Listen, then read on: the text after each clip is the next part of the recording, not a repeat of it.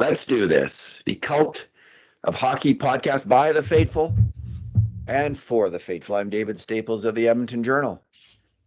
And I'm here tonight with Bruce McCurdy. Hey, Bruce. Hey, David. How you doing tonight? Good. That was an exciting hockey game.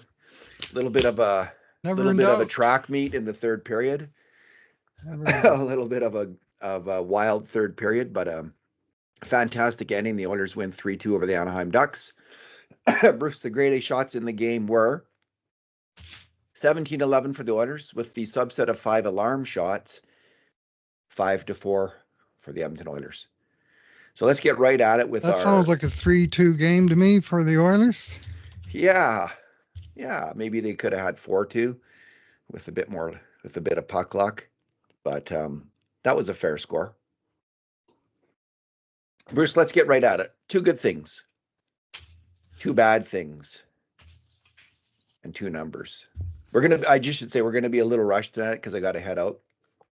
It's a historic evening in the Staples household, in that my daughter and my wife are both playing on the same women's hockey team tonight for the first time ever. So I got to get going and get over for that. You driving? Yeah, I'm not telling them that I'm going. I'm just going to show up. Oh, you're just dropping in. Okay, so it's not like they're waiting at the door for you to run out and drive them there. No. Anyway, let's be expeditious. Get to the point.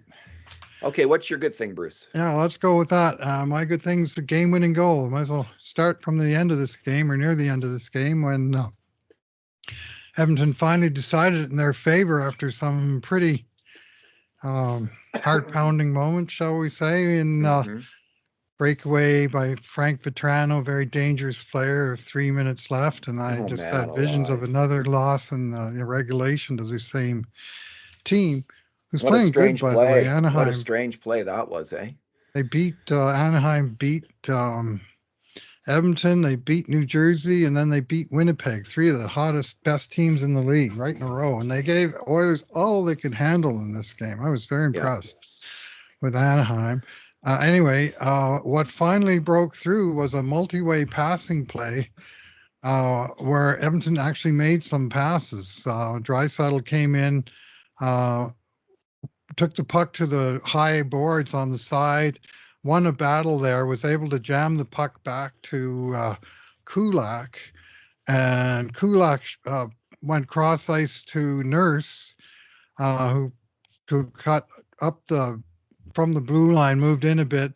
He passed across to Hyman, and Hyman just tipped it, and I think he deliberately tipped it towards Draisaitl, and it was a real hot pass, but Leon was able to control the pass with his body, kick it over to his stick, and then wham, what a shot right inside the top corner from the slot. And even the great first ballot Hall of Famer Lucas Dostal was unable to come up with this one. I've never seen that guy anything but good, I have to say. Dostal, and he was good again tonight. He's looked great against the Oilers, hasn't he? Yeah. He's like a WHA goalie that you never heard of, and all of a sudden he's the Louis Levasseur of the Anaheim Ducks. Well, is it Ben Scrivens of the Ducks? I mean, last year I saw a game last year he made 55 saves against Toronto and lost 2-1 in overtime. He's so much better than John Gibson. I'm surprised people are talking about going after John Gibson. Anyway, Draisaitl beat him there with his 9th game winner of the season. And this was a real game winner. Broke the tie and stood up as in the minute 35 left in the third period to put Edmonton ahead to stay. What your game breakers do is break games, and Leon broke that one. That really was a fantastic goal. I thought, Bruce, watching this game, like all along, I thought the Oilers were going to win this game because they had to go on tonight, and they were playing well, and they had a few bad breaks. Some of the plays were bad breaks, like the breakaway by Vetrano. Stetcher he just shot it, and it just a wicked bad rebound, and Vetrano gets the breakaway. Earlier in the period, Emberson got caught on another kind of weird play where there was a breakaway off some kind of weird turnover. So I think there was some tough plays for the Oilers there as well, but I thought were going to win this game, and they did. My good thing, Bruce, is the Oilers' second goal. And it was just a great kind of Harlem Globetrotters kind of goal, a 5-man weave. The Oilers got it deep in their end, and both Skinner and Kulak were tough on the wall. Jeff Skinner went against the wall as they were trying to advance it, and then Kulak did as well, and it kind of slowed down Anaheim's advance of the puck, and enough that Adam Henrique just came in there and he won a battle to steal the puck, and he put it over to Kulak, who then we get the Globetrotter 5-man weave going, who puts it to Perry, who puts it to Skinner, who goes cross ice to Nurse. It was beautiful. I don't like speaking well of the communists, but beautiful Soviet Red Army passing. It's a beautiful Red Army kind of passing play. The Soviet Red Army team was an incredible passing hockey team. Yeah, and that was the kind of play that they would regularly make, just incredible puck control and skill. Followed with just a fantastic shot by Darnell Nurse. He got it off quick. And it was an outside shot, but because the puck had been moving around so much, I think Distal was a little disoriented about where the net was and where everybody was. And Nurse made a perfect shot and they scored. It was a fantastic goal by those 5 players. So a good thing. Yeah, not exactly Edmonton's A team either, was it? Like you can think of 5-man passing plays. I can think of a unit that's a lot more likely to do one of those, but these guys played that really well. That was a beauty. And Bruce, a great shot by Nurse. yeah, wasn't it? Yeah, that was great to see him score. Like he's had a really good year, actually.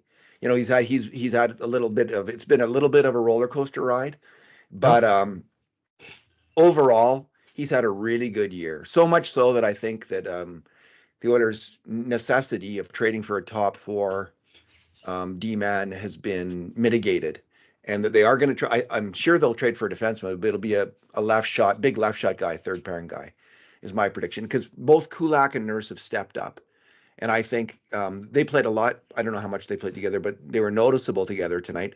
They were out there for the winning goal, for instance, and they're 2 really good hockey players.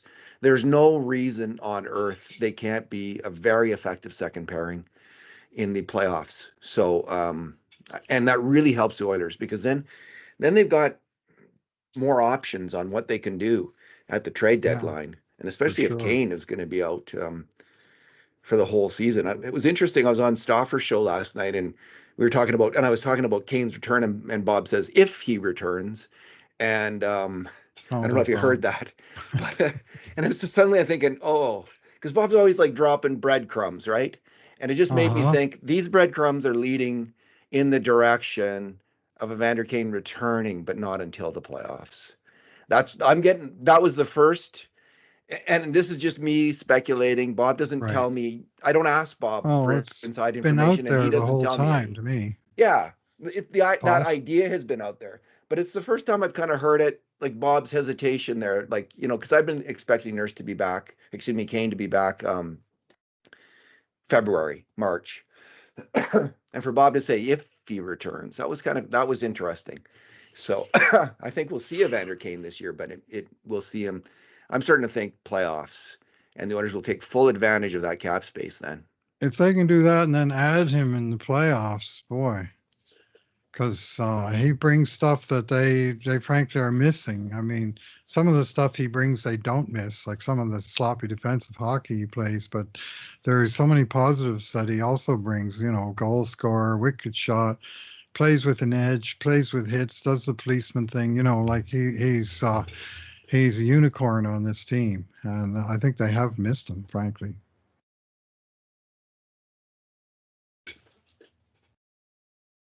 The good news is I turn it off when I cough. I've been fighting this dry cough forever, so excuse me. I still cough sometimes on the mic too. The good news is that, like, the Oilers don't have a ton to trade at the trade deadline, but this will help them cap wise. They don't have to. They can eat the cap space. They don't have to trade picks necessarily for the cap. For some other team to eat the cap space. So that's how that would help the Oilers most significantly, I think. Bad thing, Bruce. What is your Bad thing. Uh, Bad thing for me is it's a little bit generic, was sort of lack of execution by Oilers, especially in the kill zone. Um, I thought they struggled to make clean passes of the puck, and I honestly thought this was a game where the pass receivers had a bigger problem than the passers did. There was just so many passes that went to a guy in the slot, and somehow it went right through his stick, and there was never a shot. Because they just couldn't make a clean handle of it. And I'm going to blame the ice on Rogers' place again because I got a soapbox. I don't know if it had anything to do with it tonight, but the puck was doing its thing, but it was going through sticks. Went through Jeff Skinner's stick twice in the slot. And he had a pretty good game mostly, but twice Yeah. he had a really good chance to fire, and he just couldn't handle make the first touch, clean first touch, and that was missing.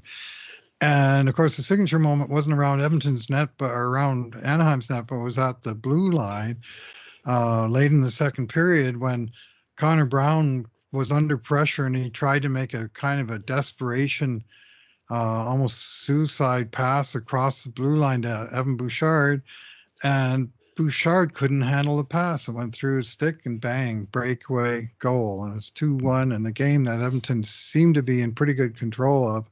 All of a sudden, the third period was wide open in more ways than one. And it was, again, just a case of didn't receive the pass. Maybe it wasn't a great pass either, but I just didn't find, with exceptions, clearly in the game, the goal you described, the goal I described, there was good passing on those plays.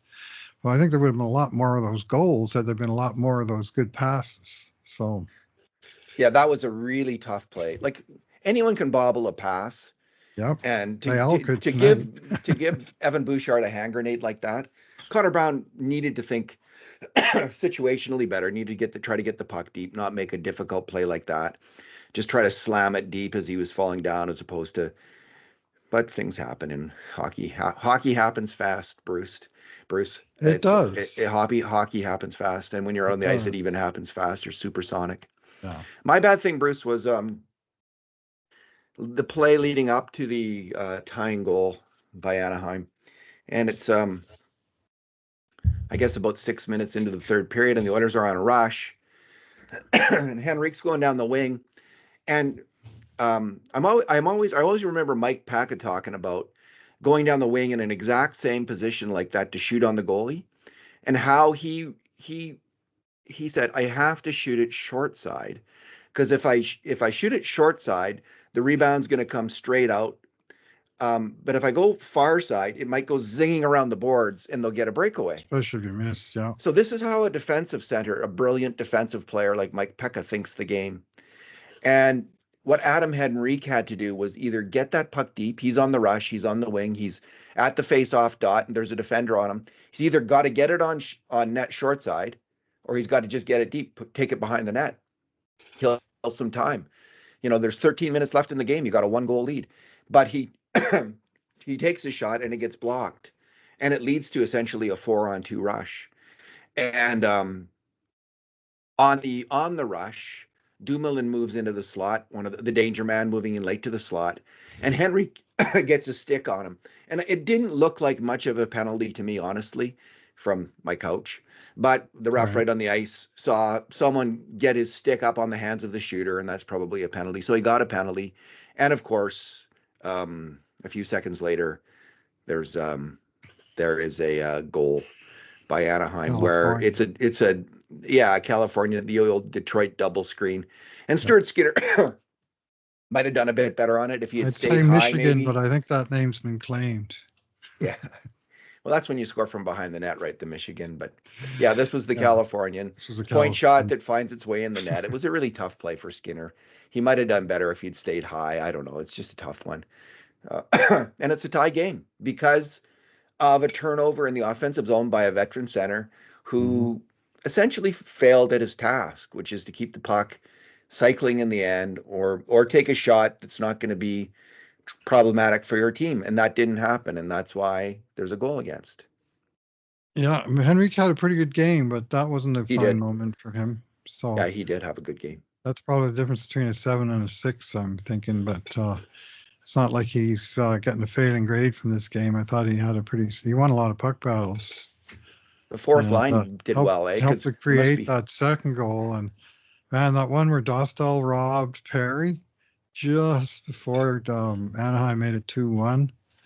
They were off to the races there, and that was a fantastic save. And again, that was that line that was all over it.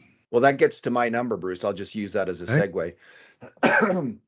What stood out on that play to me was Jeff Skinner nailed on the forecheck. He nailed an Anaheim defender and won the puck. And I just thought, Yeah. how many times?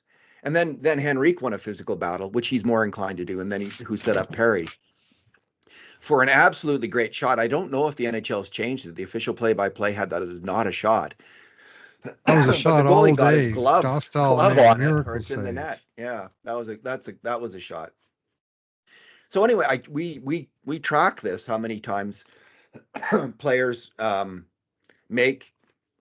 a battle like Skinner did there and Henrique did there to set up a grade A shot.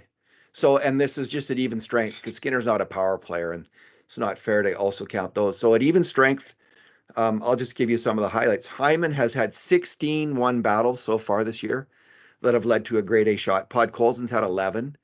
Nuge has had 9. Perry's had 8. Connor McDavid 5. Adam Henrique 6. Connor Brown 4. Leon Draisaitl 3. Jeff Skinner, that was just his second time all year. Now Draisaitl sometimes wins battles early on, and then he's like we only count you only get one pass credit or a shot or something else that we credit instead of so because we can't this give isn't multiple completely credits. 100%. We take the most significant action on the goal and credit it, but Skinner's just had 2. So I think Bruce Arvidsson's had 4. So I think if when we're thinking about, okay, why hasn't he had success so far yet as an Oiler? What's missing? I think Podkolzin having 11 of those battles won to leading to grade A shots. That's why he's on the second line. And Skinner just with 2. That's why he's on the fourth line. But that play tonight, that's what he's got to do. He's got to get more involved physically. He's got to become a better defensive hockey player. He's got to become a more conscientious, hardworking, aggressive hockey player if he's going to have a role on a Stanley Cup champion team or a team that competes for the Stanley Cup. And that's yet to be seen, but tonight was a good step. That line was really good. They must have been hearing all the criticism from the Cult of Hockey podcast, mainly from me, about the need for a different fourth line, right? Like, because this fourth line hasn't, but these 3 guys, Perry, Henrique, and Skinner, all played, I thought all had good games. Yeah, it'll be interesting to see tomorrow they play in Seattle, Washington. I mentioned that because last week Bob Stoffers had a funny thing on his show, and this was before Ryan had played the last game before his show, like right before Christmas, I guess it was. Mm-hmm. And he said that Ryan would be back in the lineup in Seattle, and then we'll see, or words to that effect. And I thought, well, that tells me Ryan's coming out of the lineup for Skinner to come back in, which happened, earlier this week. And it sounded like a promise had been made. And I almost wonder, if they're, because of course, Washington's significant. That's Derek Ryan's home state where he came from. Yeah. And if the team is thinking of giving him a swan song, that would be a pretty good place to do it. But who do they take out after tonight's game would be a really good question, because I don't know that I saw anybody deserving of a benching in this game. But maybe the team will say, yeah, get Derek in there. How but about there may be a Kapanen? changing of the guard was kind of, how Bob is really good at sort of throwing a line in there, and you can read it one of 2 ways, and you can take the bait or not. And I kind of took this bait, and I thought, I wonder what's going on there with Derek Ryan, because there's no doubt that his game is on